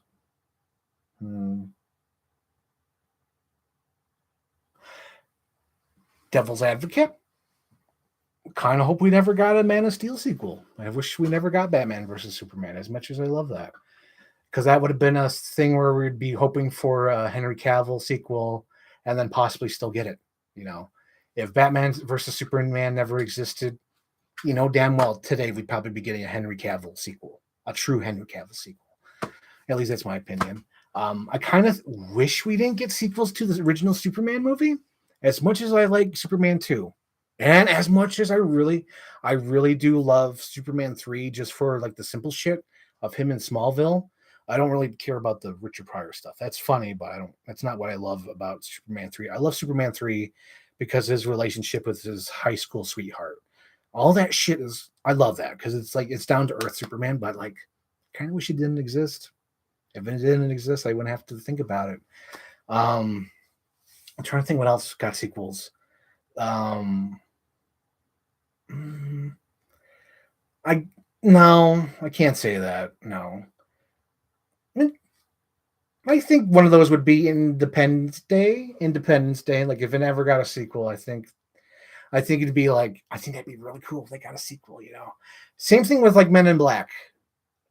Men in Black. If that never got a sequel, there's a lot of movies I wish didn't get sequels. Although I would never say that about Jaws. I think all the Jaws sequels are essential. I think Jaws 2 is amazing. Jaws 2 is like literally a slasher film on the water. It's so stupid. It's so ridiculous. It's so over the top. But Jaws 2 is essential to the diet of cinema. Jaws 3 is also essential to the cinema because it taught everybody not everything should be 3D. That is essential cinema and it deserves to be protected in the vaults. Jaws 3 is important to cinema. And Jaws 4 is also important to cinema because it shows that franchises shouldn't go beyond without a plan. I think I'm okay with the Die Hard sequels. Those are all worthy. All the Lethal Weapons are worthy. All the Friday the 13th are worthy. Haven't seen them all, but I do believe Nightmare on Elm Street is worthy of all its sequels. Halloween, I think I already said it shouldn't have got sequels, but like, yeah, let's just keep one Halloween. Let's try no sequels. Let's see. I saw that Guy Pearce movie in the theater. Oh, Anthony. Michael Kills in the Snow. 100% Men in Black. Men in Black sequels kind of tainted his legacy. MIB3 was fun when I saw it. But if there was any films after one, I think, yeah, I think Men in Black 1 would be so much better received now. You know what's a movie that I couldn't believe was really good when I rewatched it recently was Jumanji. I'm shocked at how good that movie is, and I'm shocked that not enough people talk about it. Like now, I think Jumanji's been tainted by The Rock. But like going back to that original movie was really fantastic. There's a lot of good stuff in that movie. It's wonderful. The pacing, the storyline, the bookends of the 1960s shit. That was really great. I really love that Jumanji movie, and it was ridiculous how good it was. I was like, wow, that's really good. Let's see. How do you feel about the Amityville Horror sequels? Great. I've only seen the first one, and I seen the most recent one. That one that was supposed to go in the theater that they pull. I think it's called Amityville Awakening. I think it's like the 6th or 7th one. I didn't see all the other ones. Along those lines, I think they should never. Oh, wait, Ray. I did see the Ryan Reynolds remake with the little kid from Hostage. I don't even remember who the wife is. I just remember Ryan Reynolds is the husband in that movie, and it's goofy because it's Ryan Reynolds. And then the son is distracting because it's the little kid from Hostage. And the only reason why he's hired because he's absolutely adorable with his crooked teeth and his like little bowl cut. But that's it. Oh, another movie that should never got sequel was Dumb and Dumber. They should have never made the prequel, and they never should have made Dumb and Dumber 2. Dumb and Dumber 1 is perfect. They should have never even released the unrated one, because I'm sure there's people out there now who are like, the unrated one's so funny. No, it's not funny. The unrated one is awful. I love the original Dumb and Dumber. I'm not sure about the Hangover movies. I think the Hangover movies need those sequels because without those sequels, the first one would probably be highly regarded. So as the Hangover 2 and 3, those are essential to cinema and should not be deleted from history because they lessened those movies as they should. OG Jumanji is awesome. I think it gets buried under a lot of Amblin style stuff from the 80s, early 90s. Yeah. Jumanji is really fantastic. If you guys are listening, please give Jumanji a rewatch. Oh my God, speaking of Jumanji and all that. So I have an idea that I want to do. It's not going to be a streaming thing like this. I want to do edited. So I think tomorrow or sometime this week, I want to sit down with my camera and go in my DVD collection, film it, do like a little nice intro. But I want to do a video series with prompts. and I want to go to my collection and say, like, this week on Twitter or in the comments last week, somebody said blah blah blah, and I'll talk about a DVD from my collection. So I'll be like, okay, this week my birthday movie was Collateral. People told me to watch Collateral, so this is the reason why I love Collateral. And I'll talk about Collateral, my history of Collateral. And that would be the show. I would talk about the history with it, the first time I saw it, and how it makes me feel. And I would talk about that. Like, I think Anthony just said, hey, you should talk about your favorite, childhood, 90s movie. And I got to pick that because it's hard. It's really hard because you know me. I love collecting DVDs, so I have some DVD sets are like 10 in 1. So it has like a Simple Wish with Borrowers and Matinee. So there's like a lot of cool 90s, childhood movies that I like on there. That's going to be difficult, even with like Jumanji or Flubber. It's like, which one is my favorite 90s movie? I kind of have an idea of what I want to do for that one. It's one I rewatched recently. It's really good. It's not The Borrowers, even though The Borrowers is fantastic. I love The Borrowers. Borrowers, like, I can't believe what they did with that movie at the time. Like nowadays, it would just look like stupid, Spy Kids Ant-Man shit, where it's all green screen shit and it looks bad. But back then, they somehow like had sets. I don't know how they did that. I don't know if it was like models and then they filmed green screen with the models. I don't know. But the Borrowers special effects is just phenomenal. If you guys haven't seen the 90s Borrowers movie, please check out the 90s Borrowers movie. Fantastic. Let's see. Todd Phillips needs the Hangover sequels to go. Hey, man, Todd Phillips needed the Hangover sequels to go into Joker mode. I like Joker because it's kind of, I almost feel like he's making fun of serious movies while using the serious movie shit. You know what I mean? It's almost like the Jock doing his serious Oscar movie. And that's what I kind of like about the Joker. And it's got little Joaquin Phoenix in it. Oh, and he finally beat his rival, Christian Bale. That was so wonderful. Remember that, Anthony? Oh my God, because I always joke about how Christian Bale keeps hitting home runs, and hearing Joaquin Phoenix actually say that. He says, dude, you're too good. Like, I can't act with you. You're too good. And that was just so great to actually hear an actor actually think that Christian Bale also should be tested for steroids for making the team look bad. That was great. Borrowers has some great John Goodman stuff. Dude, John Goodman is like the king of 90s childhood movies. He was in like King Ralph, Borrowers, We're Back, A Dinosaur Story, Arachnids, Phobia, whatever the hell it's called. He was in Flintstones. Oh my God, so many things. I'm sure I'm missing some. Oh my God, I'm sure I'm missing some. Matinee is one of them as well. But he was like in a ton of kid movies. Like when John Goodman dies, I think every 90s child will go silent and cry. Yeah. There's like actors out there where I'm afraid when they will die. Like Jeff Bridges, I think I'm literally going to have to call into work. It's like, I need to mourn Jeff Bridges. Like, there's no way I'm going to work on when he passes away. I have to call in. Like Tron and I'm getting emotional right now. Tron, King Kong, my God, The Fisher King, Big Lebowski. There's so many fucking great movies Jeff Bridges has made. And like him and Robin Williams are like up there for me, where it's just like, man, if he goes, I gotta mourn. Like, there's no way I'm going in. Even like, I kind of think Bill Murray will be that way.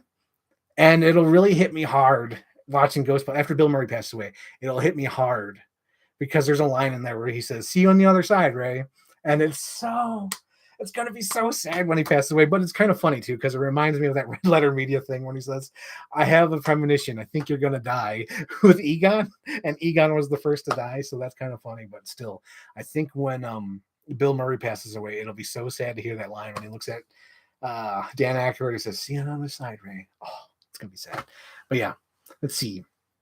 Arachnophobia is top tier. That Jeff's new show, The Old Man, on Hulu, kind of bad, sort of enjoyable. Yeah, I saw that too. There's a lot of actors out there who are just doing streaming shows, and it's just funny to me because it just gets buried. Like, I can't imagine being an actor now. It must be so difficult. Like, okay, I'm going to do this TV show, and it's like, oh shit, this TV show is on like Apple Plus, or it's on Hulu, or it's on Roku, or it doesn't get seen. It's on Amazon streaming. It's like, how do you exist in today? Like, it amazes me. Like, now that the word of mouth for the menu is going out there, that is so crazy. And I kind of think it's just like the simplicity of your Google TVs or smart TVs, where it gives you suggestions like the menu. I think that's why the menu is getting pushed. Like, I feel like the menu is like the little train that could, right now, because it's just amazing to see how word of mouth is making that movie spread, even through Twitter. Like, people are checking out the menu. I've never seen this in a while. It's been a while. I think the last thing where everyone was like on the same page, like, yes, oh God, what movie is that? Where they're all like, uh, damn it. Okay, what is that movie? Okay, that just popped in my mind. Like, there's a flash in the movie where they're all jumping like this. Is it the monkeys from Jumanji, or is it like fuck, it's like some stupid movie. Oh my God. Anyway, it just reminded me like they're all jumping and repeating the same thing. Like, everyone would be going menu, menu, menu. The last thing that everyone was like, oh, was Dahmer. Oh, gotta catch the Dahmer. The Dahmer's on tonight. Hey, did you see the new Dahmer show? Everyone was obsessed with Dahmer, and it's just ridiculous. Let's see. Had the realization that Bill Murray has the best post SNL career of all time. Post SNL career. Let's see. He was only on like 4 episodes by Robert Downey Jr. That guy's laughing his way to the bank with his millions of dollars from those Marvel movies. He was only on 4 episodes, but I guess he kind of counts. I think Ellie Louise Dreyfus would go on that list. Not as, famous as Bill Murray, but I think she has quality work, because I'm kind of thinking quality over quantity. So quality of work is like Bill Murray. You have Robert Downey Jr. I think even Bill Hader.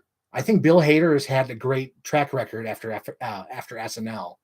Like, even if it's just voiceover or his show Barry, I think he's top tier, honestly, of his stuff after SNL. It's still early to tell, but I think he's going places. But definitely Bill Hader. Fred Armisen, he was good. I think Will Ferrell, what you think of him or not, I think he's had a great career after SNL. I want to say Adam Sandler, but like Adam Sandler only had like a couple years in the 90s, like the early 90s. He's had some, great hits. I should say he's just as successful as Bill Murray, because Bill Murray has had ups and downs. And I think with Adam Sandler, love him or hate him, I think it's so cool that he's able to make his own movies with his own studio. I think that's very successful. I don't know how you measure success, but I think that's very successful. Even if they're bad movies, he still has a company where he can make his own movies with his best friends and make sure that they all get paid and make sure they're not falling behind. I think that's good. Who else after SNL? Eddie Murphy. Eddie Murphy was on SNL. I think he's had a good career. Even though he's sort of slowed down recently, but I think it's because of that Shrek money. He made all that money off Shrek, so he's kind of slowed down. Same thing with Cameron Diaz. Cameron Diaz, Eddie Murphy, and Mike Myers. I don't think they ever have to work again with all the money they made from Shrek. I'm sure of it, because all those movies made huge money. But yeah, I'm trying to think who else after SNL. Conan O'Brien. If you count the writers, I think Conan O'Brien from SNL had a huge success. Same with Bob Odenkirk, a little rocky in the 90s, or I should say mid 2000s, but with Breaking Bad and Better Call Saul, that's good. I'm trying to think who else from SNL. I just watched a video on SNL recently, and I was watching all the cast members. It's sad what happened to Phil Hartman. I think Phil Hartman would have, skyrocketed. That would have been amazing. Dan Aykroyd kind of went downhill. No. Chevy Chase went downhill. Who else? Thinking. John Lovitz went downhill. Dana Carvey, nope. Daryl Hammond, no. Sherry O'Terry, Chris Kattan. Even though I liked them on the show, I'm so sorry if they happen to watch the show. I love Chris Kattan. I love all you guys, but like, I really love Norm Macdonald. I miss him. I'll always miss him. He's the one comedian where I'll go back and watch his stuff. Even though I've watched it hundreds of times, I'll always go back to Norm Macdonald. He was one of my favorites. Let's see. Go to the comments. Bill Hader and Noel, classic. Anthony, you know damn well that was a paycheck movie. That's almost like Chris Pratt now. Like Chris Pratt in Jurassic World Dominion and Chris Pratt in Love and Thunder, where you could just tell motionless, dead. That's what Bill Hader was in Noelle, emotionless, dead. Like, I feel like someone tricked him, like, hey, I want to be like, wasn't he dating Anna Kendrick for a while? So maybe he was like dating Anna Kendrick during the filming of Noelle, and that was why he was there. Just because, like, I'm dating her anyway. Might as well do a movie with her. I don't know. But don't count that, Anthony. Stop it. Stop it, Anthony. Quit poking holes in my boat. Quit poking holes in my boat. Let's see. Let's see. My logic is that Bill Murray has had the highest longevity. Oh, longevity. Yeah, from the 70s to now. Yeah. But I think like this, even though it's not even comparable, but it's like close. It's like the closest thing you can compare. I think it would be Bill Murray and Eloise Louise was Dreyfus, whatever her name is. God, what's her name? Elaine from Seinfeld. Because she was on SNL for a little bit, but like I think her longevity from post SNL has been as good because she was in Christmas Vacation and then Seinfeld, and then she had some Rocky things here and there, but she had like a TV show. I forgot what the hell it's called. Veep. That's what it was. But that took off. So I think even though it's not quite the same, it's almost there.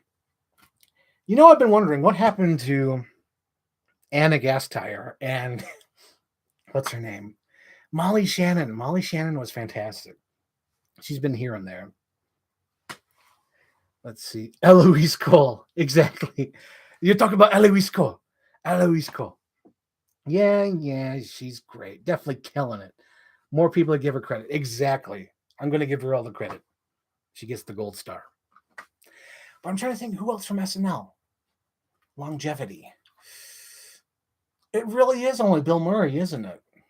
It really is, because either everyone just like burned and crashed, or just like made it for like a little bit and didn't go that far. Yeah, I think it's Bill Murray. I know Anthony is not a fan of Bill Murray. I like Bill Murray to a certain extent. Although I did roll my eyes when I saw him in the Ant-Man trailer. I'm like, well, they're scraping the bottom of the barrel of actors putting these damn movies. Because I kind of seeing Shirley staring at the end of Doctor Strange, I'm like, oh, we're getting there. And then when I saw Bill Murray, I'm like, okay, we're there. We're there. We've gotten to the bottom of the barrel. Can't add anyone else to these movies. We've done everything. The next thing I'll see is like we'll see like Pauly Shore in the next Marvel movie as a voiceover. That'd be hilarious. He should have been MODOK or whatever the hell is MODOK. That should have been Pauly Shore. Yeah. Oh my God, 9:30. We're almost at 2 hours. I think I'll wrap it up. I'm kind of exhausted, and I kind of want to clean up this room before it gets too late because it's got on my trash. It's got on my trash. So thank you for joining me. This has been really great to go over the haul that I got. I really enjoyed these figures. I really enjoy this new Jeep. If you guys missed the beginning of the stream, this is the reason why I did this toy haul. Look at that. Majestic. Wonderful. Yes. So I'm going to wrap it up. Thank you, Anthony, for being here. You are a saint. You are a scholar. Thank you, Ray, for listening. I was so excited to see your bird tracks because it really brought me back. Okay, so a little tangent before I leave. Sorry, guys. But today, Ray Sketches was dusting, and she shared a picture on Twitter.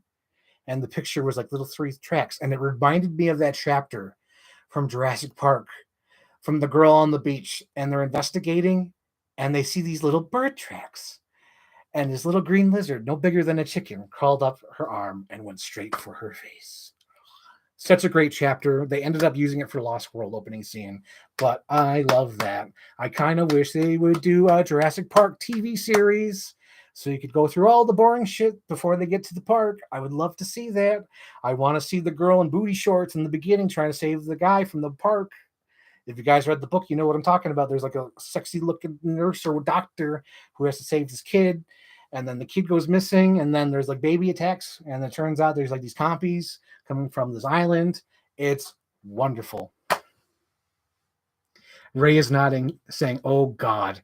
Yes! Ray, you know what I'm talking about, though. Those fucking little 3-foot baby. Like, it's in that chapter. They talk about the 3-toed tracks, the little bird tracks. And the little green lizard, green and brown lizard. That's right in the books.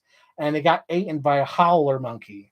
God, I love that book. Ray, I know you're sitting there. Don't you agree they should do a TV show of all that boring crap that happens before they go to the island? I'm sure you agree. You must agree.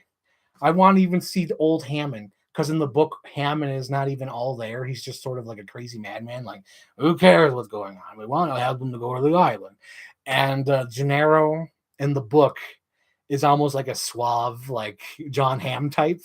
He's not the old wimpy man. He is like a John Hamm type, because at the end he's with the guy with the handlebar mustache, Muldoon, and they're fighting. It's so great. I want to see that. Do Westworld HBO show about Jurassic Park. Don't drag it out to 7 seasons. Wrap Jurassic Park up in 3 seasons. I want the 3rd season to end with them nuking the island, like the book. I think the whole 1st season of Jurassic... Okay, so... now that I opened this can of worms, let's wrap it up before I leave. 1st season of Jurassic Park, if I were to do it. 1st season is all that boring shit. And like the last episode is like them getting asked to go to the island. 2nd season, it starts with like Nedry. Not even Nedry. I think the 2nd season should start with fucking Dodson, Lewis Dodson. And Lewis Dodson gets in there. And then like this end of the 2nd season is like when the power goes out. And the last and final season, 3rd season, is when all the shit goes wrong in the park. Everything goes wrong in the park. Because I think every episode would be the action sequence. Like you have the T-Rex chase. You have the T-Rex attack. That's the end of the 2nd season. End of season 2 is the fucking T-Rex attack. Boom. And the beginning of the 3rd season is the juvenile T-Rex bothering that Jurassic Park worker. Fuck, I forgot his name. Shit. Oh my god. Oh, damn it. I'm sure Ray knows. Ray, who's the guy who pees his pants in the car and leaves the kids? He's the one who gets killed in the beginning of season 3. He is he's trying to get away and the juvenile T-Rex is playing with him, and then he gets eaten. That's episode 1. And then episode 2 is like shit happens. I think Timmy still gets electrocuted. Something happens. Something bad happens to Timmy. And I know oh no, it's not Timmy, it's Lex. So episode 2, they go through like the bird cage, the pterodactyls. Episode 3, you have Muldoon trying to catch the T-Rex. Episode 4 is like the river chase. And then like episodes 4, 5, and 6 is just them dealing with the fucking raptors. I don't know how you could do that. Maybe put like a little bit of raptors throughout the season, but like the 1st season's all the boring shit. All the stuff that leads to the island, all the doctor stuff, all the drawings of the kids of the compies, all the jargon. And then you have Dodson in season 2. And then season 3 is all the action. But I'm sure they would want to sprinkle that in or mix it up. I don't know how, but maybe even have flashbacks, Lost style. That could be it. But like 3 seasons tops for Jurassic Park. Let's go to the comments. Do West where she does where the whole season. Okay, so there's no new comments. So yeah, 1st season, all the boring shit. 2nd season, Dodson, Nedry. Oh yeah, Nedry. I don't even know when that would happen. I think that would happen in the season finale, like when the T-Rex, trashes everything. And then, oh my god, I love. I know it's never been seen in the movies, but I feel like I could visualize it. I visualize the volcano going off and all the baby raptors going to the beach and watching it, and like Ellie and Grant observing the baby raptors, because the raptors aren't even attacking them. I remember that. That's so beautiful in the book. In the book, when they find the wild raptor nest, the raptors don't attack them. They literally don't give a shit. They're just like, there's so many of them or whatever. It's just like, and they're all little babies. And like, I remember all the babies on the beach are watching that. And then the island gets nuked at the end of the book. And I love that line where it's like, how long are we going to be here? It's like, well, we're going to be here as long as it takes. And it's so good. It's like one of those little sad endings, like, like, oh, question mark, is it over? It's like, well, we'll see how long this takes. It's so great. Let's see. Love this pitch. Definitely would watch. Yeah. It'd be hard though, because I feel like people would want action all the time. Oh shit. Okay. I gotta go. I get in a phone call. Okay. See you guys. Hopefully you like that talk. Tweet at me, folks. Okay. Bye-bye.